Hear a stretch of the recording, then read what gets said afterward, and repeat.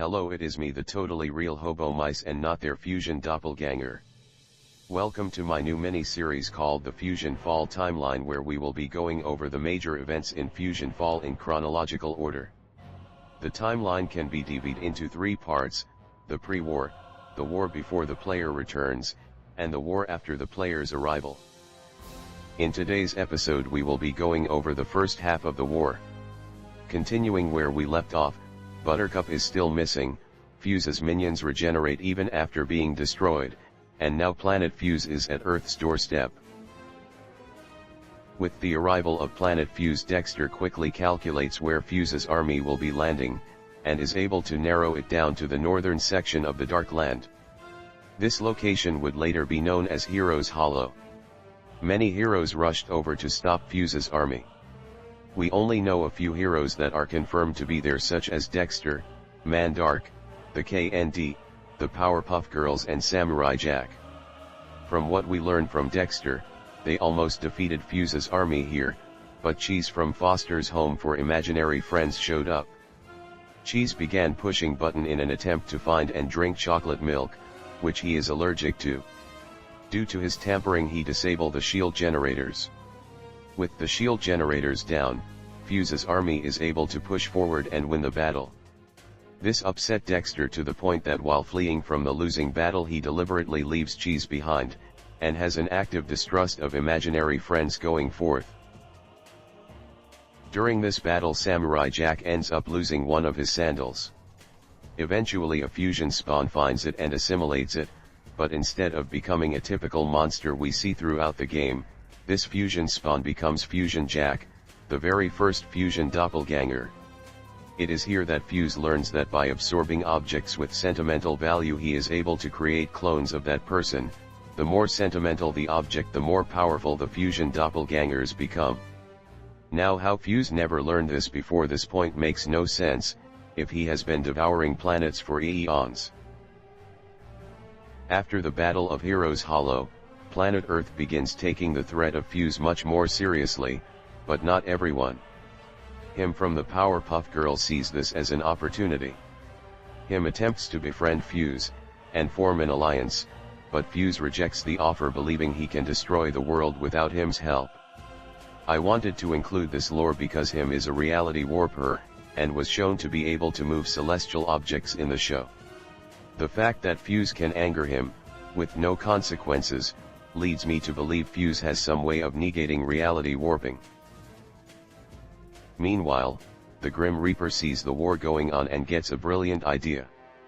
He will use the war as an excuse to escape Billy and Mandy, and go on vacation, effectively turning off death for everyone on Earth. He then sets up resurrect hems all across the globe so that when someone does die they will respawn at the closest resurrect hems. Wanting to vacation on nice beachfront property, Grim heads down to Orchid Bay to speak with the Tay1ze, the guardian who maintains the balance between the world of humanity and the world of magic and monsters. After finding Juniper Lee, the Tay1ze, he offers her a deal. For the remainder of the war he will stay in Orchid Bay in her place, and she will get to go out and join the war. Excited to join the war effort, she gladly accepts, and even considers the Grim Reaper her friend. Now that Fuse has a secure foothold on Earth, he launches his next major attack on the biggest threat to his invasion, Megas. Fuse targets Megas in Goat's junkyard. During the battle Fuse's force were unable to destroy Megas, so Fuse decides if he can't destroy Megas he will trap Megas in so much fusion matter that it will be unable to move. This plan unfortunately works, and this is the last stand of Megas.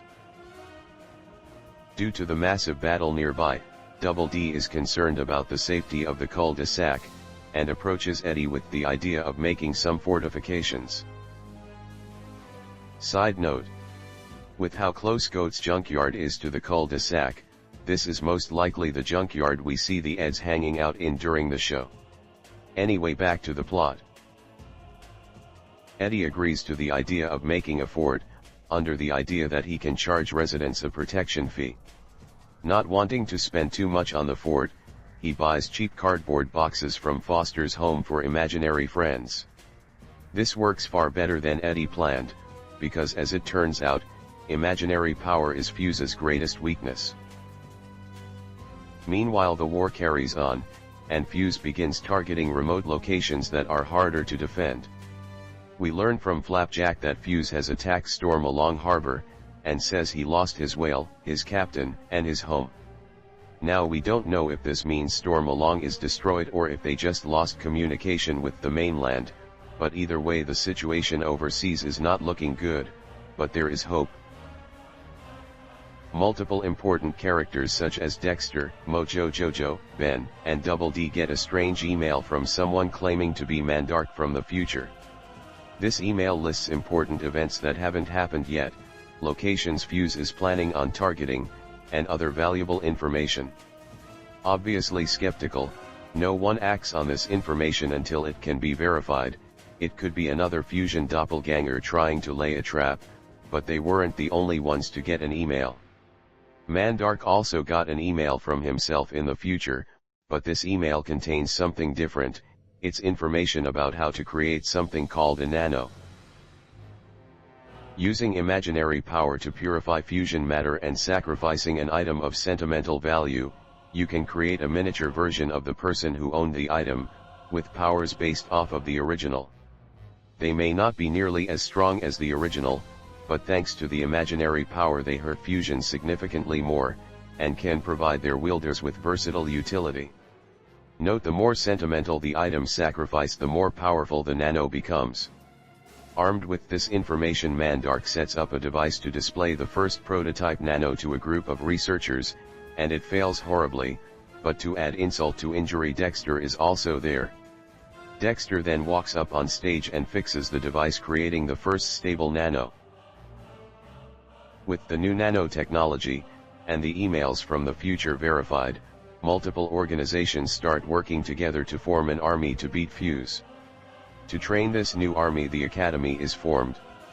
The plumbers set up a training facility for new recruits in the Null Void, a hard-to-reach alternate reality, so they can do the first half of training in secret away from Fuse. Providence decides to perform the second half of the training in their headquarters, so that the recruits can get some combat experience, but there is a massive problem. Imaginary power. Nanos need imaginary power to be created, but the older you are, the harder imaginary power is to use.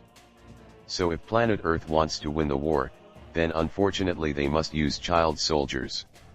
What was once a war crime, is now the only way to win the war. The KND step up, and agree to help, since they are already an organization of child soldiers, and are used to recruiting other children. This is an easy task for them. Shortly after the first batch of recruits graduate from the academy, heroes from around the world begin to go missing. Turns out Fusion Demongo is going around and stealing their souls. One of the heroes missing is Major Glory.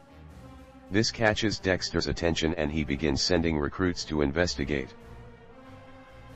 Meanwhile in Ensville, Billy creates his own imaginary friend, a fusion spawn called Runty. If not for the massive amount of imaginary energy emitting from Runty, it would be indistinguishable from an ordinary fusion monster. Even Earth's brightest minds and Fuse's army are fooled by Runty's appearance, believing him to be a tamed fusion spawn. And finally a notification goes out from Sector V. The child Dexter sent far into the future has returned to the present. And that concludes all the major events that happened in the first half of the war.